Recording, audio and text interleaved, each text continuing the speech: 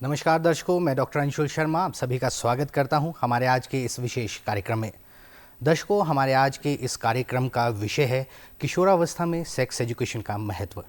दर्शकों, ये विषय जितना संवेदनशील है उतनी ही संवेदनशीलता के साथ आज हम प्रयास करेंगे इस विषय पर और अधिक जानकारी लेने की। और इसी विषय पर बात करने के लिए आज हमारे साथ स्टूडियो में मौजूद हैं doctor RJ. Mahajan ji. Doctor साहब कमला नेहरू अस्पताल में असिस्टेंट प्रोफेसर के पद पर तैनात हैं। डॉक्टर साहब, आपका इस कार्यक्रम में बहुत बहुत स्वागत है। धन्यवाद अंशुल जी। जी, चलिए कार्यक्रम की शुरुआत करते हैं। डॉक्टर साहब, सबसे पहले तो मैं आपसे यही जानना चाहूँगा कि इस विषय को वैसे ही संवेदनशील माना गया है, तो मैं चाहूँगा कि आप हमारे दर्शकों को सबसे पहले ये बताएं कि सेक्स एजुकेशन असल में है क्या, इसके क्या क्या घटक हैं। सेक्स एजुकेशन को हमारे सोसाइटी में बहुत ही मुश्किल एक सब्जेक्ट माना जाता है और हम लोग बड़े आसानी से इस पर डिस्कशन नहीं करते हैं। ना ही हमारी सोसाइटी करती है, ना ही हमारी पॉलिटिकल विल ऐसी है कि हम इसको ऐसा करें। सेक्स एजुकेशन बेसिकली इसका सेक्स के साथ बहुत कुछ लेना देना नहीं है। Sex education is basically sexuality education. Sex में आता है कि हम एक मेल हैं या एक फ़ीमेल हैं। We are born as a male और फीमेल, वो एक सेक्स है। सेक्सुअलिटी इज़ कि हम अपने आप को कैसे देखते हैं, हमारी आइडेंटिटी क्या है, तो हमारा जेंडर क्या है, हमने क्या काम करना है, तो दैट इज़ सेक्सुअलिटी। तो सेक्सुअलिटी की जो एजुकेशन है उसको बेसिकली सेक्स एजुकेशन बोला जाता है। जी, तो कहने का मतलब ये हम कह सकते हैं कि ये सेक्स एजुकेशन कायदे से आपके शरीर के बारे में है, आपकी आइडेंटिटी के बारे में है कि आप एक महिला हैं, पुरुष हैं या अदर कैटेगरी को LGBTQ को बिलोंग करते हैं। तो क्या ये भी इसी के अंतर्गत आता है? जी बिल्कुल। सेक्स एजुकेशन में कि हमारे शरीर की संरचना क्या है, जी, हमारा शरीर कैसे बढ़ता है, हमारे शरीर के पार्ट्स कैसे हैं। जैसे हम बच्चों को बताते हैं कि ये हमारी आंखें हैं, ये हमारे कान हैं, ये हमारे हाथ हैं, पैर हैं, वैसे ही हम बच्चों को अपने प्राइवेट पार्ट्स के बारे में नहीं बताते हैं। जी, तो यहाँ हम लैक करते हैं और हम बच्चों को अलग अलग नाम से बताते हैं कि ये क्या है क्या नहीं है। तो ये बताना कि ये भी हमारी बॉडी का एक पार्ट है और ये पार्ट टाइम के साथ कैसे ग्रो करता है, एडोलेसेंट में जब हम प्यूबर्टी में आते हैं तो कैसे ग्रो करता है, कैसे फंक्शन करता है, प्यूबर्टी में क्या क्या चेंजेस आती हैं, ये सारा जो है ये सेक्स एजुकेशन की एक बिगिनिंग है। जी बेसिकली। जी, डॉक्टर साहब, एक बड़ा प्रश्न जो उठता है आज के समय में कि अगर कोई व्यक्ति या किसी बच्चे को सेक्स एजुकेशन देने की बात की जाए तो उसको सेक्स एजुकेशन देने की सही उम्र क्या रहेगी, वो कौन सी चीज़ें हैं जो उस उम्र के साथ उसे पता होना चाहिए? सेक्स एजुकेशन जो है वो हमारा बेसिकली एक तो जन्म से ही स्टार्ट हो जाती है। जी, जब बच्चा 4-5 साल का होता है तो तब हम उसको पता होना चाहिए बच्चे को कि एक गुड टच और बैड टच क्या होता है। तो गुड टच बैड टच आजकल इसके बारे में स्कूलों में भी बताया जाता है, सोसाइटी में भी बताया जाता है, सोशल मीडिया पे बहुत कुछ है कि गुड टच क्या होता है, बैड टच क्या होता है।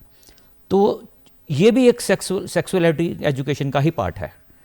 तो सेक्स एजुकेशन बेसिकली 4 से 5 साल में स्टार्ट हो जाती है जब हम बच्चे को गुड टच और बैड टच के बारे में बताते हैं। जी, बेसिकली जो ये सेक्स एजुकेशन है, this is age appropriate education about our body, about our needs, about our growth pattern, ठीक है, फिजियोलॉजी कि हम नॉर्मली क्या काम करते हैं, क्या नहीं करते हैं और हमें क्या करना चाहिए, क्या नहीं करना चाहिए, ये सारे मिलके सेक्स एजुकेशन का एक पार्ट बनता है। डॉक्टर साहब, आपने बात की कि 4-5 साल से ही सेक्स एजुकेशन बच्चे को होनी चाहिए। आपने एक शब्द कहा कि गुड टच और बैड टच के बारे में उसे पता होना चाहिए। डॉक्टर साहब, मैं जानना चाहूँगा कि गुड टच बैड टच क्या होता है या बच्चों को इसे किस तरह से सिखाया जा सकता है? बच्चों को इस तरह से सिखाया जा सकता है कि जैसे हम शरीर के पार्ट्स बताते हैं कि ये हमारा सिर है, ये हमारा पैर है, वैसे ही बच्चों को ये बताया जाता है गुड टच और बैड टच में कि कौन से उनके जो पार्ट्स हैं, जैसे लिप्स का पार्ट है, चेस्ट का पार्ट है, प्राइवेट पार्ट्स हैं, ये सारे पार्ट्स जो हैं they belong to that person, that child, कि ये उस बच्चे के स्पेशल ऑर्गन्स हैं जिनको वो हर किसी को टच नहीं करने देगा। ठीक है, क्योंकि बच्चे को दूसरे की नीयत का नहीं पता होता है कि वो किस तरीके से टच कर रहा है। पर हम बच्चे को ये बता सकते हैं कि अगर कोई आपके पेरेंट्स के अलावा, मदर एंड फादर के अलावा अगर कोई इंसान, कोई भी उसका केयर टेकर, कोई भी फैमिली का भी मेंबर हो, अगर वो आपके लिप्स को टच करता है आपके प्राइवेट पार्ट्स को टच करता है, आपके हिप्स को टच करता है, आपके ब्रेस्ट को टच करता है, तो दैट इज़ बैड टच। तो बच्चों को हम सिर्फ इतना ही बता सकते हैं, क्योंकि छोटा बच्चा 5-6 साल का इससे ज़्यादा नहीं समझ सकता। तो सिर्फ उसको ये बताना पड़ता है कि अगर कोई आपके इन पार्ट्स को टच करता है, चाहे किसी भी सेंस में करता है, क्योंकि वो बच्चा नहीं बता सकता कि वो सेंस क्या है, बट अगर उसके साथ कोई ऐसा इंसिडेंस होता है तो that child should report to the parents. और पेरेंट्स को भी उनको बच्चों को ये बताना पड़ेगा कि आप कंफर्टेबली आके मुझे बताओ कि ऐसा मेरे साथ हुआ। डॉक्टर साहब, आपने बहुत अच्छी एक इन्फॉर्मेशन हमारे दर्शकों के साथ शेयर की कि एक कम उम्र में, 4-5 साल की उम्र में, जब वो बच्चा समझने लायक होता है, उसे गुड टच और बैड टच के बारे में पता होना चाहिए, उसे अपने प्राइवेट पार्ट्स के बारे में पता होना चाहिए कि किन चीज़ों को वो दूसरों को अलाउ कर सकता है हाथ लगाने में या किसी तरह से टच करने में। तो निश्चित तौर पे एक बहुत इंपॉर्टेंट मैसेज आपने हमारे दर्शकों को दिया है। तो डॉक्टर साहब, ये बात हुई 4 से 5 साल की। हम बात करते हैं अब किशोरावस्था की, जो कि 10-12 साल से आगे के। किशोरावस्था के दौरान बच्चों को सेक्स एजुकेशन से रिलेटेड क्या क्या चीज़ें हैं जो उन्हें पता होनी चाहिए? किशोरावस्था किसी की भी लाइफ में सबसे इम्पॉर्टेंट होती है, क्योंकि किशोरावस्था में बॉडी में चेंजेस आती हैं, हार्मोन्स में चेंजेस आती हैं, और वो पैटर्न ऐसा हो जाता है कि वो ना बच्चा रहता है ना बड़ा होता है। बच्चा अपने आप को ऐसी सिचुएशन में फाइंड करता है कि हम कई बार उसको बोलते हैं कि यार तू ये नहीं करेगा, अब तू बड़ा हो गया है, और जब वो कोई और बात करता है तो दूसरी लाइन हमारी होती है कि नहीं नहीं अभी तो तू बच्चा है। तो बच्चे को समझ नहीं आता कि मैं बच्चा हूँ या बड़ा हूँ। तो the child is in the state of confusion. ये तो उसकी फिजियोलॉजी होगी। बेसिकली ये है कि बॉडी में क्या चेंजेस आती हैं। जैसे लड़कियों में ये होता है कि ब्रेस्ट की डेवलपमेंट होती है, सबसे पहले थिलारकी होती है जो कि ब्रेस्ट की डेवलपमेंट होती है। उसके बाद प्यूबिक हेयर आते हैं, ये जो एक्सिलरी हेयर आते हैं अंडर आर्म्स में, और पीरियड्स आते हैं। आना मिनार्की बोलते हैं हम इसको मेडिकल लैंग्वेज में, फर्स्ट पीरियड्स को मिनार्की बोलते हैं। हमें ये बच्चों को एजुकेशन उससे पहले ही दे देनी चाहिए कि आपको ये एज है, इस एज में पीरियड स्टार्ट होते हैं। अदरवाइज़ क्या होता है, हम सोचते हैं कि अभी ये टाइम नहीं है बताने का, और सडनली वन डे बच्चे को लगता है कि हाँ मेरे को तो ब्लीडिंग हो गई है, और बच्चा एकदम से कन्फ्यूजन में आ जाता है, उसको पता नहीं घबरा जाता है, और अमूमन डर जाते हैं, बच्चे बिल्कुल डर जाते हैं और सोचते हैं कि मेरे साथ कुछ गलत हो गया शायद, तो वो बता भी नहीं पाते हैं। तो रफली 10 साल के आसपास की जो एज है उसमें लड़कियों को ये बता देना चाहिए कि पीरियड्स कैसे आते हैं, दिस इज़ नॉर्मल फिजियोलॉजी, कहाँ से स्टार्ट होते हैं, कहाँ जाते हैं, और उनको हमने कैसे केयर करना है। डॉक्टर साहब, जैसे कि आज हम इस विषय पे बात करें, मैं चाहूँगा थोड़ा सा विस्तार में हमारे दर्शकों को ये बताएं कि अगर कोई अभिभावक या माता पिता अपने बच्चे को या अपनी बेटी को ये जानकारी देना चाह रहे हैं एक 10 साल या 12 साल की उम्र में आके, वो किस तरह से अपने बच्चे से बात करें या कैसे इस ज्ञान को अपने बच्चे को दें? स्पेशली मेंस्ट्रुएशन के बारे में, मेंस्ट्रुएशन के बारे में तो लड़कियों को ज़्यादातर तो मदर से ही इंफॉर्मेशन मिलती है, बट मेरी ये सलाह है कि फादर को भी इक्वली, सिर्फ मदर से ही इंफॉर्मेशन जो मिले ये ज़रूरी नहीं है। आज के ज़माने में दोनों पेरेंट्स को मिल के एक साथ बैठ के एज ए फैमिली इंफॉर्मेशन बच्चे को देनी चाहिए, और बच्चे को भी इतना कंफर्टेबल होना चाहिए कि अगर कोई भी प्रॉब्लम है और अगर if mother is not available तो वो फादर को भी उस टाइम बता सके। तो बच्चे को ये बताया जा सकता है, उस टाइम बताया जाता है कि ये हम पहले तो ये बच्चे से पूछा जाता है कि क्या आपको इसके बारे में कोई नॉलेज है, कहीं आपने कुछ पढ़ा है इसके बारे में, कहीं आपने अपने फ्रेंड्स से या इंटरनेट से, क्योंकि इंटरनेट में आजकल बहुत चीज़ें मिल जाती हैं, तो आपको इसके बारे में कोई नॉलेज है। अगर बच्चे को कोई उसके बारे में नॉलेज है तो हम बच्चे से पहले पूछ लेते हैं कि आपको इसके बारे में क्या नॉलेज है, क्योंकि इंटरनेट पे जो इन्फॉर्मेशन होती है वो मिस इन्फॉर्मेशन होती है। बेसिकली उसमें जो चीज़ ल्योर करती है बच्चे को, बच्चा उसको ले लेता है, और जो रियलिटी होती है वो कहीं दब जाती है उसमें। तो वो पहले तो पेरेंट्स को खुद भी पता होना चाहिए कि ये क्या है। पेरेंट्स को खुद पता होगा तभी वो बच्चे को ठीक इन्फॉर्मेशन दे पाएंगे। तो जो बच्चे को इन्फॉर्मेशन है उसको क्लियर किया जा सकता है कि हाँ ये पीरियड्स हैं, कैसे आते हैं, क्या फिजियोलॉजी है बॉडी की, शुरुआत में किस तरह के सिम्टम्स आते हैं, ब्लीडिंग होगी तो दैट इज़ ए नॉर्मल, उससे पहले पेन भी हो सकती है, और how you have to care about that. और प्रोसेस, इसको गलत तरीके से नहीं देखना है कि ये गलत चीज़ है। कई बार होता है कि पीरियड्स वाले लोगों को घृणा की दृष्टि से भी देखा जाता है हमारी सोसाइटी में, तो ये पड़ेगा कि ये नॉर्मल फिजियोलॉजी है। जैसे हम खाना खाते हैं, यूरिन करते हैं, लैट्रिन करते हैं, वैसे ही पीरियड्स भी हमारी बॉडी का एक पार्ट है जी। That is basic physiology. जी, तो कुल मिला के ये कहा जा सकता है कि बच्चे को एक अर्ली स्टेज, या ये कहें कि 10 से 12 साल की उम्र में लड़की को ये पता होना चाहिए चेंजेस उसके शरीर में आने वाले हैं और उनको किस तरह से वो उनसे निपट सकती है या किस तरह से अपना ध्यान रख सकती है। डॉक्टर साहब, ये तो बात हुई लड़कियों की, लड़कियों के शरीर की, और मैंने देखा है कि आज के समय में हमारी सरकारें भी बहुत सा काम कर रही हैं लड़कियों को इस बारे में जागरूक करने के लिए। मगर अगर बात करें लड़कों की, किशोरावस्था में लड़कों के शरीर में भी बहुत से ऐसे चेंजेस होते हैं जिसकी वजह से बहुत बार ऐसा देखा गया है कि लड़के कन्फ्यूजन में रहते हैं या एक जिल्लत सी महसूस करते हैं, बहुत जगह उस अपने उन चेंजेस को कैरी नहीं कर पाते हैं। तो मैं ये जान इस तरह के चेंजेस आते हैं और उनसे कैसे निपटा जा सकता है। लड़कों में भी जब हार्मोन चेंजेस होते हैं तो ग्रोथ स्पर्ट होती है, ठीक है, मूंछें आनी शुरू हो जाती है, दाढ़ी, क्योंकि हार्मोन्स के इन्फ्लुएंस के अंडर ये हमारे जो बाल वगैरह बढ़ने शुरू हो जाते हैं। एक्सिलरी और प्यूबिक हेयर जो है वो दोनों में ही आते हैं लड़कों और लड़कियों में।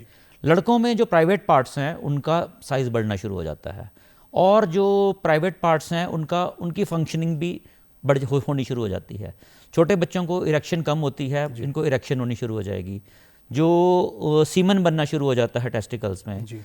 तो कई बार बच्चों में, छोटे बच्चों में भी जब वो एडोलेसेंट एज में आते हैं तो नाइट फॉल वगैरह होता है, जो सेमिनल एमिशन हो जाती है, सीमन निकल जाता है अपने आप बीच में। तो कई बार बच्चा उससे भी डर जाता है, that is just like menstruation. तो बच्चा एक दिन सुबह उठता है और देखता है कि उसके वहाँ पे तो गीला है नीचे प्राइवेट पार्ट्स, तो डर जाता है।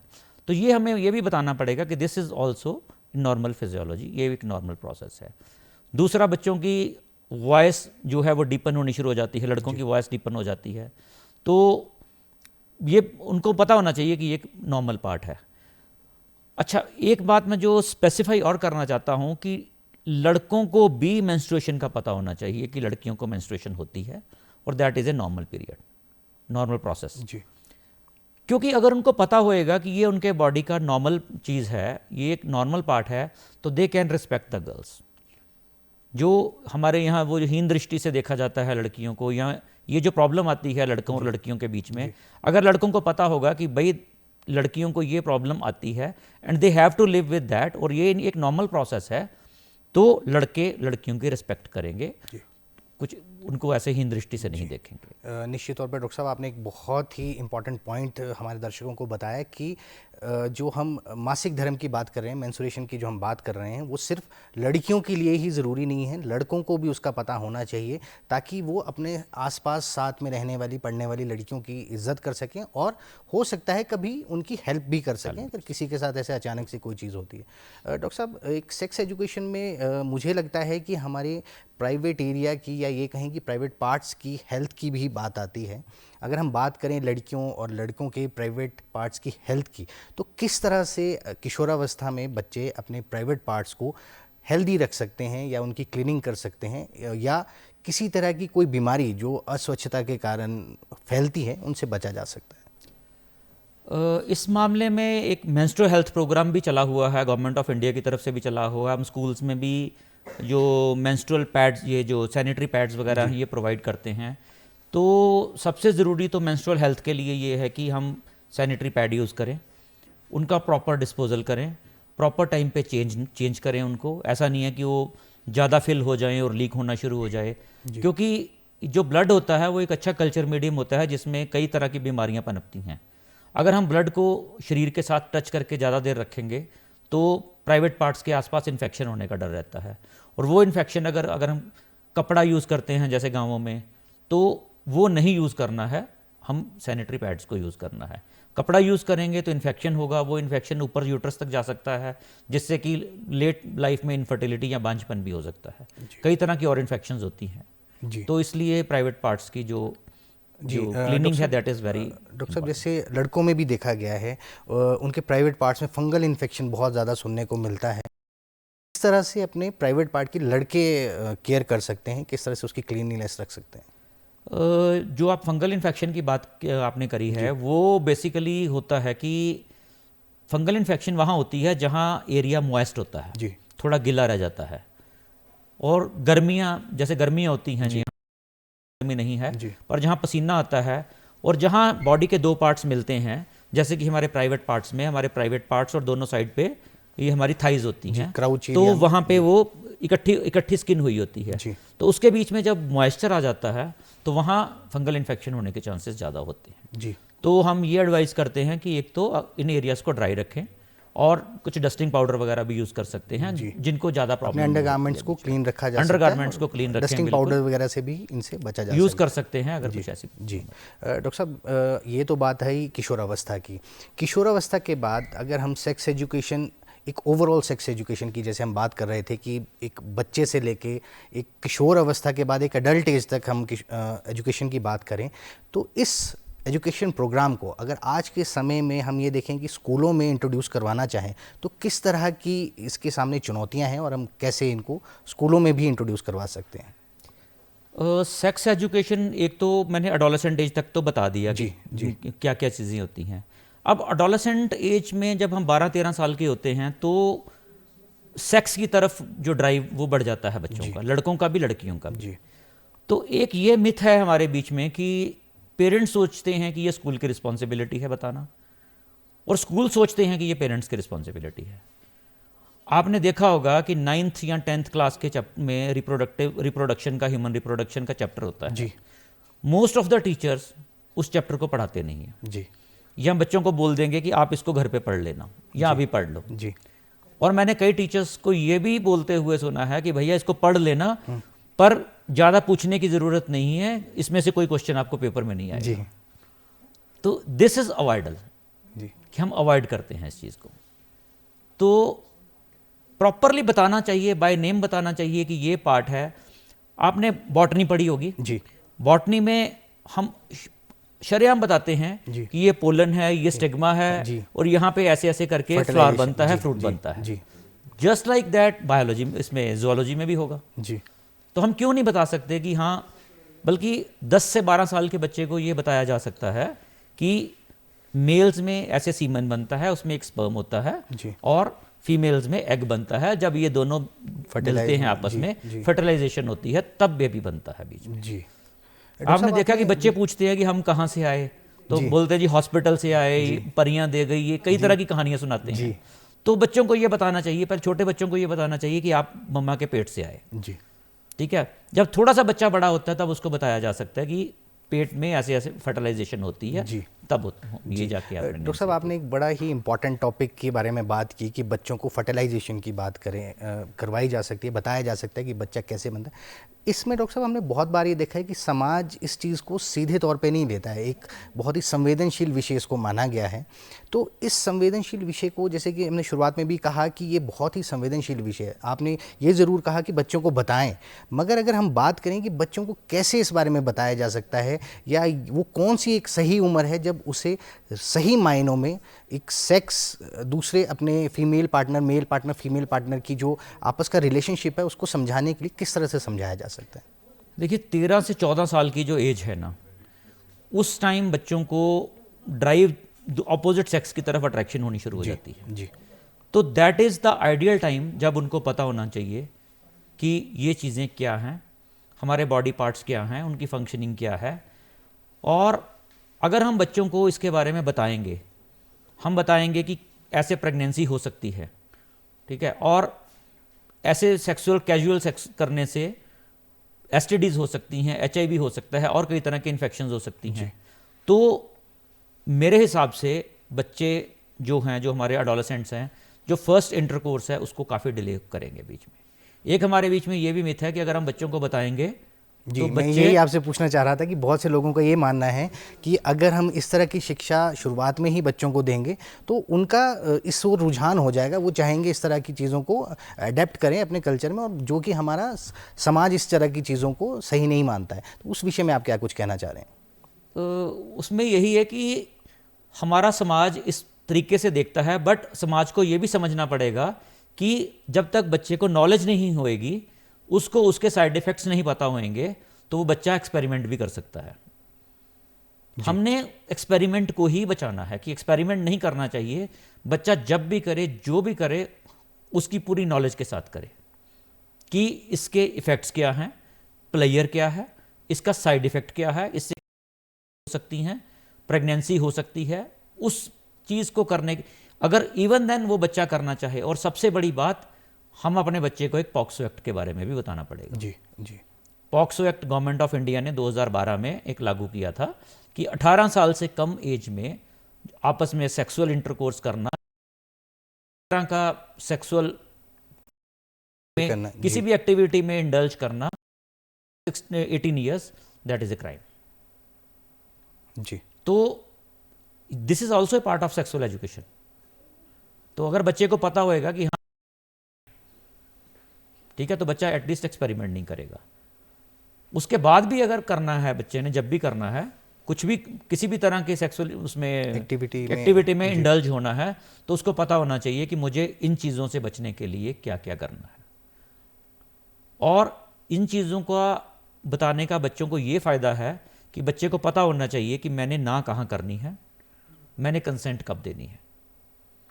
18 साल से कम तो कंसेंट भी गवर्नमेंट नहीं मानती है, कोर्ट नहीं मानती है। अकॉर्डिंग टू लॉ 18 साल से कम, यानी कि अगर कोई भी पार्टनर, चाहे लड़का हो या लड़की हो, वो 18 साल से कम है तो सेक्सुअल कंसेंट उसका माना ही नहीं जाएगा, चाहे वो या किसी भी एक की मर्जी भी नहीं मानी जाएगी। 2000 से पहले 16 साल होती थी एज कंसेंट देने की, वैलिड कंसेंट, बट 18 साल से कम किसी भी तरह की कंसेंट को इनवैलिड कर दिया। That is illegal. निश्चित तौर पे एक बहुत ही यूज़फुल और बहुत ही इम्पॉर्टेंट इन्फॉर्मेशन हमारे गेस्ट ने आज हमारे दर्शकों को दी है। दर्शकों, एक बार मैं फिर से आपके लिए उसको ब्रीफ कर देता हूँ कि पॉक्सो एक्ट है, अगर किसी भी पार्टनर द्वारा, चाहे वो लड़का हो चाहे लड़की हो, अगर सेक्सुअल इंटरकोर्स में वो इंडल्ज होते हैं या किसी भी तरह का physical activity, sexual physical activity आपस में करते हैं, किसी की भी कंसेंट 18 साल से पहले कानूनी तौर पे मानी नहीं जाएगी और उसमें सज़ा का प्रावधान होगा। उस चीज़ को करेंगे ही नहीं आपके लिए, यानी कि वो चीज़ बनी ही नहीं है। तो बहुत अच्छी इन्फॉर्मेशन डॉक्टर साहब आपने दी। हम बात कर रहे थे सेक्स एजुकेशन के बारे में, जो एडल्ट एज में अब आपको पता होनी चाहिए। तो एक इन्फॉर्मेशन बहुत अच्छी आपने ये बताई कि 18 साल से पहले कंसेंट का तो मतलब ही नहीं बनता। तो डॉक्टर साहब, ये बात सही है कि अगर बच्चों को ये चीज़ पता होगी, ना मर्जी आप उनको सिखाएंगे, वो इन चीज़ों में इंडल्ज होने के लिए डिले करेंगे, डरेंगे तो सही है जी। एटलीस्ट उनको इन्फॉर्मेशन तो होगी कि ये चाहे जो भी हो प्लेजर बेस्ड, मगर ये गैर कानूनी है। तो अगर इस चीज़ में इंडल्ज होना है, आप सीधा समझ लीजिए कि आप कानून की नज़र में गलत हैं। तो निश्चित तौर पे सेक्स एजुकेशन के बहुत इंपॉर्टेंट। और पॉक्सो एक्ट में एक ये भी है कि अगर बच्चा नहीं बताता है, बच्चे नहीं बताते हैं कोई भी, जी, और आपको पता है कि यहाँ पे ये एक्टिविटी हो रही है जी, तो you are equally bound to tell the police कि यहाँ पे ये एक्टिविटी हो रही है या होने जा रही है। कुल कि ये एक्ट निश्चित तौर पे बच्चों के लिए बहुत ही प्रभावी ढंग से उनकी क्या ये कहेंगे सामाजिक जो उनकी भावना है या ये सुरक्षा प्रदान करने के लिए, सामाजिक सुरक्षा के लिए बहुत इम्पोर्टेंट, जी बहुत इम्पोर्टेंट पॉइंट है। तो सर, डॉक्टर साहब, जैसे ये एक बात करें, सम अप करना चाहूँगा कि आज हमने जो बात की किशोरावस्था में सेक्सुअल एजुकेशन की, इसको आप क्या देखते हैं कि आने वाले समय में किस तरह की एजुकेशन स्कूलों में होनी चाहिए, कैसे उसको लाया जा सकता है और कितना इम्पोर्टेंट है? थोड़े से शब्दों में सम अप चाहूँगा सर।